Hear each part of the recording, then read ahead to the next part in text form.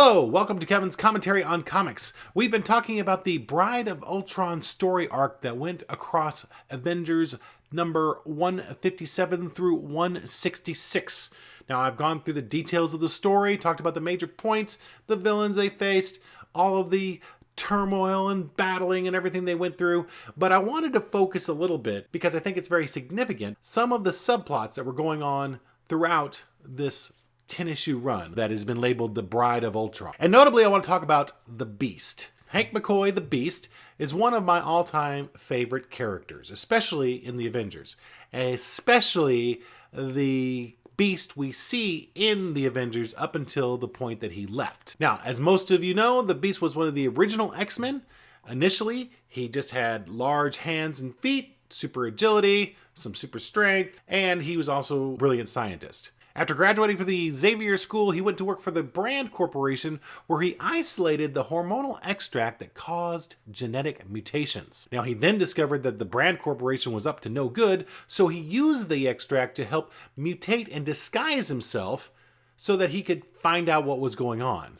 Well, in disguising himself, he grew fangs, his ears got pointy, and he was covered with blue fur. But the extract also enhanced his already significant agility and strength, so basically he became the Beast, not only in name, but in appearance. He was able to change back and forth initially, but then he kind of got stuck in his beast mode and used a series of rubber masks and gloves to hide the fact that he was the blue-furred beast. Obviously, that would not last for very long. Can you imagine wearing a rubber mask over your face that is covered in fur? That had to have been hot. So after he left Brand, he wanted to become a member of the Avengers. He became a probationary member in issue number 137 and a full-time member in issue 151. So that brings us to the Bride of Ultron story arc, where we see a significant change in how the Beast was as a character. He's always been the good helper soldier in the Avengers and always the funny man, but he generally gets knocked around or beat up by whatever villain they happen to be facing,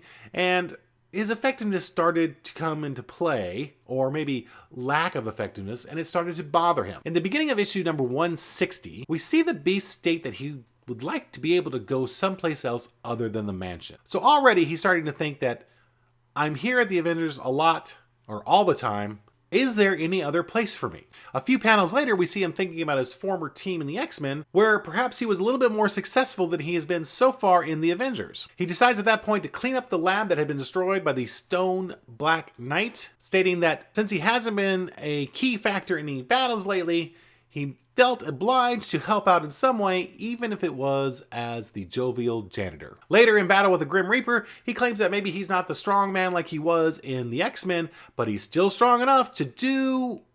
and then he gets knocked out. Wah wah. Later in Beware the Ant-Man, the Wasp is upset because of her husband, Ant-Man, or Henry Pym, has kind of gone insane and lost his memory. The Scarlet Witch suggests that the Beast take the Wasp to their home so they can pick up some items to hopefully jog his memory along.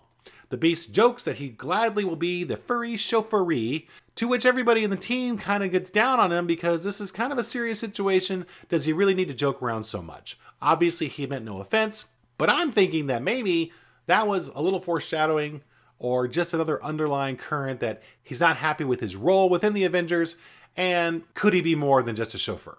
On the way there, the Wasp says, hey, it doesn't matter that you were joking around. The Beast interrupts her and says, hey, sometimes it's just hard to be a Beast. As he watches the Wasp go into her home, the Beast laments the fact that he could never get a lady like that because who would want to be with a Beast?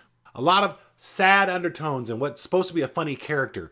And really, this was powerful at the time, at least for me, to see the character development happening within limited panels within a much larger story arc that was going on. In Avengers 163, the demigod must die. This was kind of a fill-in issue, but there was one major point to be made in the subplot that is the Beast. In it, the villain, Typhon, I'm going to go with Typhon. It could be Typhoon, but I'm going to go with Typhon. Captures the Beast and uses the fact that he has the Beast to force Iron Man to go and get Hercules, who is apparently a lifelong nemesis of Typhon. Now, when both the Avengers and the Champions turn the tables on Typhon, Beast gets serious and tells Typhon that he's tired of being captured, clobbered, or held hostage. He ends up helping defeat Typhon with the aid of the rest of the team. But at the very last panel, you have Hank looking in the mirror and telling himself for what he's been worth with the team, he may as well join the zoo. So in issue 164, To Fall by Treachery, we have the Beast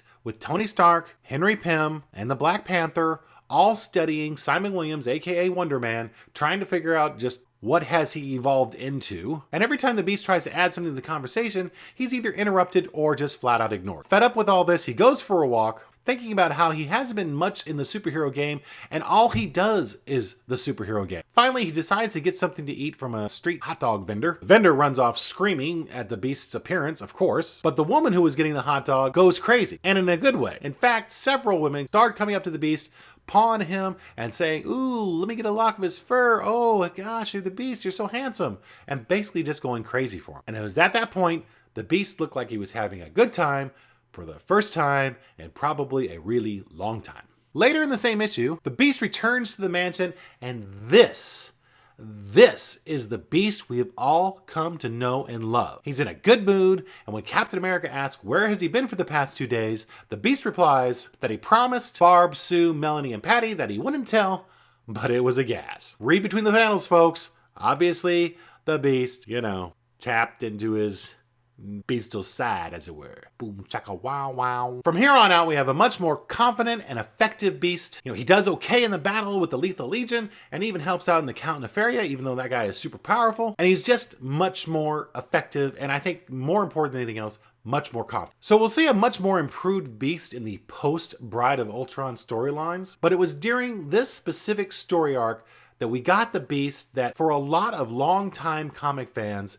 this is the Beast we have always admired, enjoyed, and became a fan favorite. It's funny, smart, confident, and apparently pretty good with the ladies. So that's what I wanted to say about the Beast and that subplot. Yes, there was a lot going on in the Bride of Ultron. Again, great story. If you haven't read it since I posted the review that I did, well, then I don't know what you're waiting for. Get on it. Again, I'm tired of this. I'm out. You haven't done it yet? Screw it. Goodbye.